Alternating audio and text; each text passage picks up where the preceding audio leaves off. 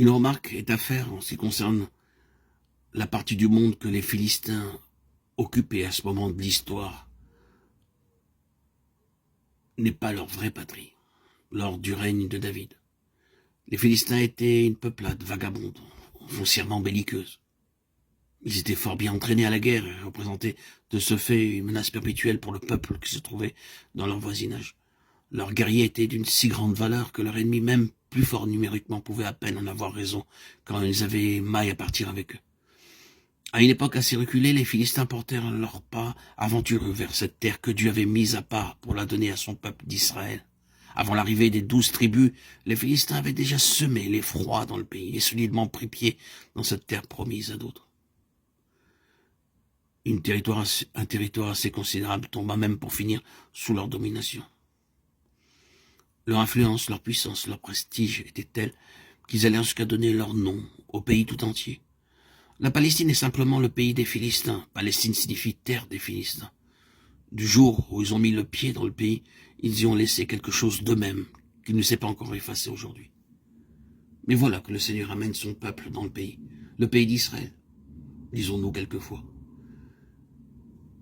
Mais en dépit de ce titre, en dépit de cette désignation divine, en dépit de ce qui représente ainsi l'intention de Dieu, le plan de Dieu, la pensée de Dieu, nous voyons ce pays prédestiné subir l'empreinte des Philistins.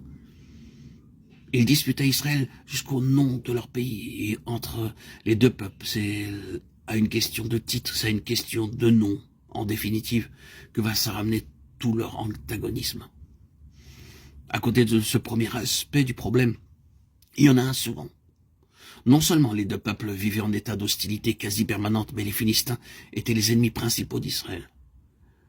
Leur opposition se manifestait en ceci, qu'ils cherchaient constamment à faire main basse sur ce qui appartient au peuple de Dieu, ou à s'immiscer d'une façon ou d'une autre dans leurs affaires. Vous savez comment au temps de Samson, leurs menaces planaient constamment sur le pays, sur ses habitants, sur ses juges. Ce qu'ils veulent à tout prix, c'est s'emparer de celui qui, dans sa personne, représente l'ensemble du peuple de Dieu.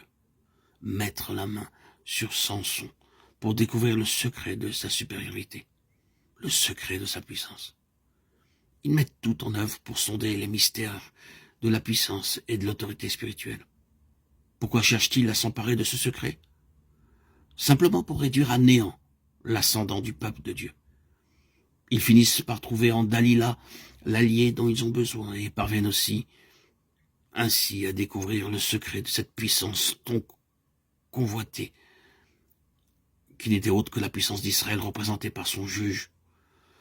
Sachant ce qu'ils voulaient savoir, ils ont au fait de détruire Samson et d'imposer de nouveau leur domination à ses compatriotes.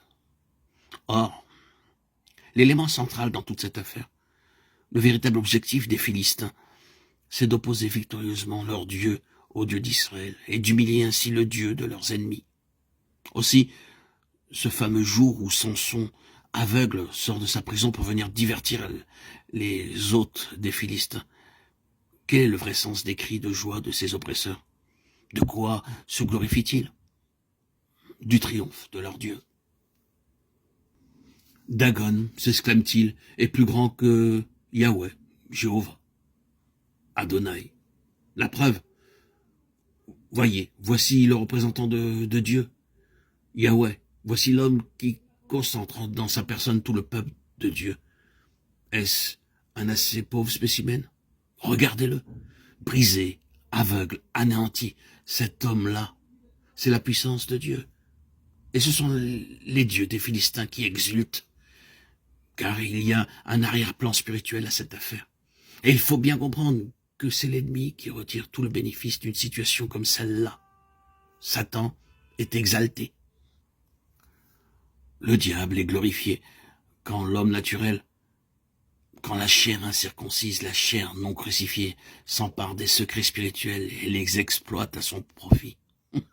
On peut suivre ce principe à travers toute l'histoire d'Israël. Vous vous souvenez? Plus tard, ce sera l'arche, cette arche du témoignage, qui est comme l'incorporation de la puissance d'Israël, le symbole de sa gloire. Les Philistins s'en emparent, la mettent dans la maison de Dagon, de nouveau avec l'intention d'humilier Yahweh, en présence de leur propre Dieu. Cette fois, c'est Dagon qui est humilié. Dieu est capable de sauvegarder ses intérêts même lorsque son peuple lui fait défaut. Mais l'objectif demeure et les deux choses vont ensemble. D'une part, les Philistins s'emparent des choses saintes pour les utiliser à leur profit, et d'autre part, c'est le résultat inévitable. La gloire du Seigneur en est voilée. Et c'est l'adversaire qui triomphe. Poursuivant leur investigation sacrilège dans les mystères divins, voulant à tout prix entrer en possession de ces secrets spirituels qui les conduiront, espèrent-ils, à une supériorité décisive, les Philistins ouvrent l'arche, regardent dedans et font tout ce qu'ils peuvent pour lui arracher son mystère. Tout cela dans le seul but d'acquérir de la puissance et d'augmenter leur prestige. Vous connaissez le résultat. De ville en ville, Dieu appesantit sa main sur eux, et l'un après l'autre, les 5 cités des Philistins sont visitées par le jugement. Constamment, dans cette histoire, nous voyons les deux choses aller de pair. Le désir de posséder les secrets divins, de les détenir et de les utiliser pour se grandir, pour gagner de l'influence, du prestige. Avec comme conséquence inéluctable le déshonneur de Dieu et la glorification de l'adversaire.